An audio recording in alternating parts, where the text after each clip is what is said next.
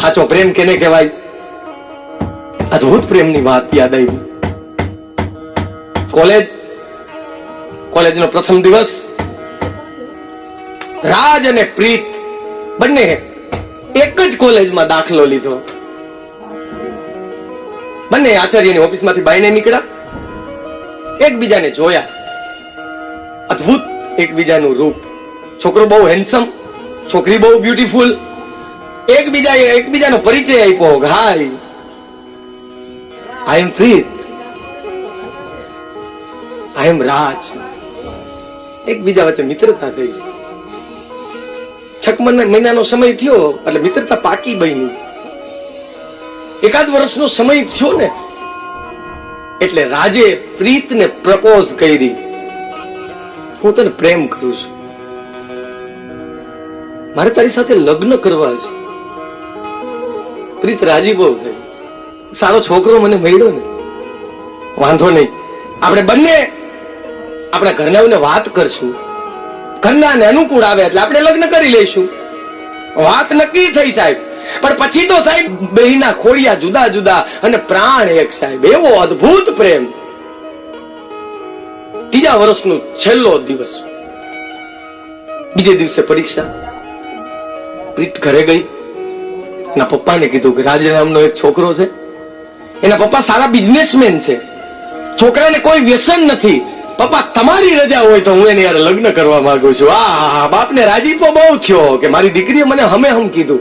બેટા, જો તું કેતી હોય કે રાજ સારો છે, એના બાપ સારો છે, સારા બિઝનેસમેન છે, છોકરો વ્યસની, તો બેટા મને કાંઈ વાંધો નથી, તું એકવાર એને મળવા લઈ આવજે. પણ બેટા એક વાત કહું? તો કે શું? મારી એક જ ઈચ્છા છે કે બેટા કાલ તારી પરીક્ષા શરૂ થઈ છે. પરીક્ષામાં જો તમે બંને સારા માર્કે પાસ થઈ જાવ એટલે તરત જ તમને બીજા મહિને હું રાજના પપ્પાને મળી અને તમારા બેના રાજી ખુશીથી ધામધૂમથી અમે લગ્ન કરવા તૈયાર છીએ. પ્રીત રાજી બહુ થઈ સાહેબ કે મને મારો મનગમતો માણીગર મળી ગયો ને. અને સાહેબ ગણગણતી દોઢ કોલેજ તરફ મૂકી. ક્યાં છે રાજ? એને હારા સમાચાર આપ. આખા કોલેજના દરેક રૂમમાં જોયું પણ રાજ મળ્યો નહીં. પેટમાં ફાડ પડ્યો. ક્યાં છે રાજ? આખા કમ્પાઉન્ડમાં ફરી, રાજ મળ્યો નહીં. ક્યાં છે? કદાચ એવું તો નહીં હોય ને કે અમે જ્યાં બગીચામાં બેઠા હતા ત્યાં બેઠો હોય તો? અને આમ જ્યાં પ્રીત બગીચામાં પ્રવેશ કર્યો ને દ્રશ્ય જોયું, પણ તાતો સાહેબ પગની હેઠેથી જમીન વહી ગઈ. રાજ કોક છોકરી સાથે બેઠેલું એને દેખાણું. મનમાં ફાડ બહુ પડ્યો. દીકરી છે, ગભરું છે સાહેબ. પણ હજી એનું મન માનવા તૈયાર નહોતું, એનું હૃદય માનવા તૈયાર નહોતું. ના, મારો રાજ ન હોય, તો મને પ્રેમ કરે છે. પણ પાકું કરવા માટે આમ નજીકથી ત્રાસી નજરે જ્યાં જોયું ત્યાં નક્કી થઈ ગયું કે રાજ જ છે. પણ સાહેબ પ્રીત જૂના જમાનાની છોકરી નહોતી કે રોવે. આજકાલની દીકરી હતી સાહેબ. ખબર પડી ગઈ કે રાજ જ છે એટલે ગણગણતી દોટ મૂકી. રાજનું ધ્યાન નથી અને ફેરવીને વાહમાં લત પ્રીતે મારી. ત્યાંથી ગીત આવ્યું, પ્રીત કી લત મોહે સી લાગી, ઓ ગઈ મેં મતવાલી, મોહ સુધ બુધ ના રહી તન મન કી, ઓ મેરા વારી વારી, बेबस और लाचार फिरूं मैं, हारी मैं दिल हारी. કૈલાસ ખેરે આ દ્રશ્ય જોયેલું, એમાંથી એમને આ ગીતનું સંશોધન કર્યું. અઘરું જો તમને તેમ છે ને, આ સિરિયસ વાત લઈને બેઠો છે સાહેબ. અરે એવું કઈ નથી ભાઈ, આનંદ કરો. આપણે આ સીડીજી હતું કરી છે, તમે મોજ કરો. આપણે આ પણ એમાં મેં વાત કરી હતી સાહેબ કે ચૂંટણી છે ફિક્સ, બધી મેચો થાય ફિક્સ, ચૂંટણી ફિક્સ. જો અત્યારે ચૂંટણીનો યુગ છે. હાલે ભાઈ સરપંચની.